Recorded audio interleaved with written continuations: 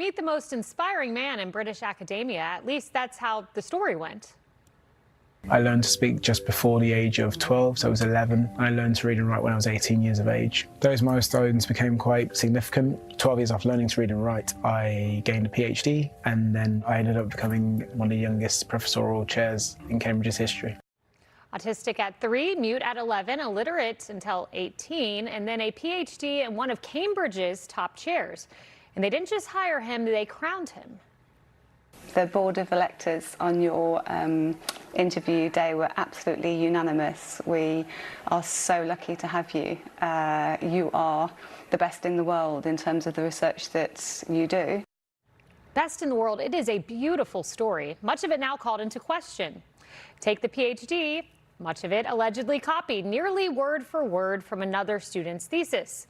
A resume padded with jobs he never held, including a professorship at Ohio State, which says it never heard of him, and a life story stacked with hardships and heroics, each one more unbelievable than the last. A brain tumor wiped his memory right before his final dissertation exam, so he relearned his whole entire thesis in weeks. He ran 30 marathons in 35 days, impressive. The last 9 on a broken leg. Turned up in a documentary that aired in 1964, 24 years before, 21 I should say, years before he was born. Someone even mailed a severed pig's head to his parents as a threat. One problem, police say they can't find record of it. It all came crashing down last week when he resigned in disgrace. Did he own a word of it? Not one. The relentless accusations, speculation, and public commentary have taken a profound toll on me and on those I love. But there comes a point when the personal cost becomes too great. And that resignation letter allegedly written with the assistance of AI. No apology, no accountability, just a con man playing the victim. And he's still cashing in. His memoir dropped today. It opens on a prophecy, a stranger telling young Arday he's destined for great and unfortunate things. That scene, very similar to Spartacus, the Gladiator TV show. He plagiarized his thesis. Did he plagiarize his own origin story? None of this was hard to catch. Yet one of the top universities on earth handed him a top job, a building full of geniuses, and not one of them saw a con man in plain sight. They didn't miss it. They'd already decided merit was not the point. And Arday couldn't agree more. The idea of meritocracy is it's great in theory, but in actual practice, it falls time and time and time again because meritocracy in itself is not equal. There is no equity in meritocracy. Only a small proportion or certain group of people from society benefit from meritocracy. So he doesn't believe in merit, and the people who paid for it were his students. Their families spent a fortune on the best education money could buy and got a professor who wouldn't show up. One student called him terrible. He skipped meetings, no feedback, hour-long sessions that fizzled out in 20 minutes.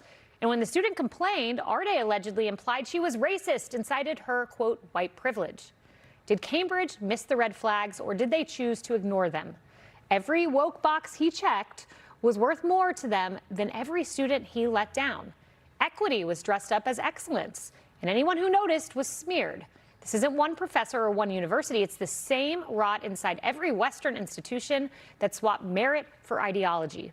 The UK is the warning. The only question is whether the rest of the world listens before it's too late. Who better to ask about this than John Yoo, a senior fellow at the American Enterprise Institute and a professor.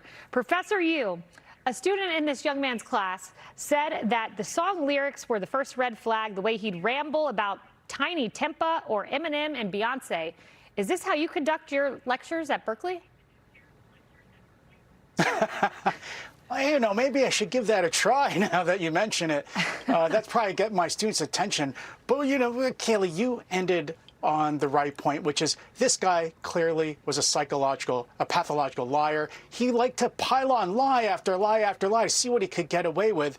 But it's more important than just him. He exposes the corruption and rot that's at the heart of our major universities, not just in England, but in the United States and in the media that is complicit in this by not asking questions. In fact, he accused journalists who did ask questions of being racist, and the police showed up at the journalists' doors to threaten them not to ask more questions.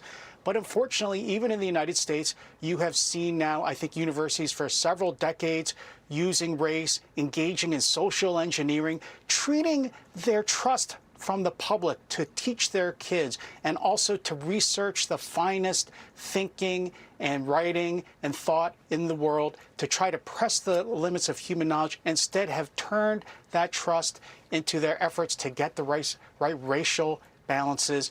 The only thing I hope is that we've started to turn things around here in the United States, partially thanks to the Trump administration, whose Civil Rights Division is pressing investigations of our universities, but also from the bottom up. States are creating, like the University of Texas, where I'm thinking of moving, creating these new civics colleges, which are trying to fight back against this institutional rot by creating new spaces for free thought and free investigation and get away from DEI and wokeism. Well said. On a serious note. On a much lighter note, I went to Oxford for a year. I did tutorials. I would have been able to snuff this guy out. I wasn't at Cambridge. I was at Oxford. I'm curious, do you think you could snuff out one of your colleagues if they claim to run 35 marathons in a short period of time? You're pretty smart, Professor Yoo. Well, if it was a professor, it would probably be the students who carried him for the 30 miles every day that you need to break that record. But you're right. This is so ridiculous. You would have snuffed it out, Kaylee. I would have snuffed it out. But unfortunately, these universities, they foster this kind of lying. They protect people like this, and it makes it harder to root out this kind of corruption. His story is not in isolation. Professor Yoo, thank you so much. Appreciate you. Well, polls close in Wisconsin in moments. A live report from outside Hong campaign headquarters. Wow, next.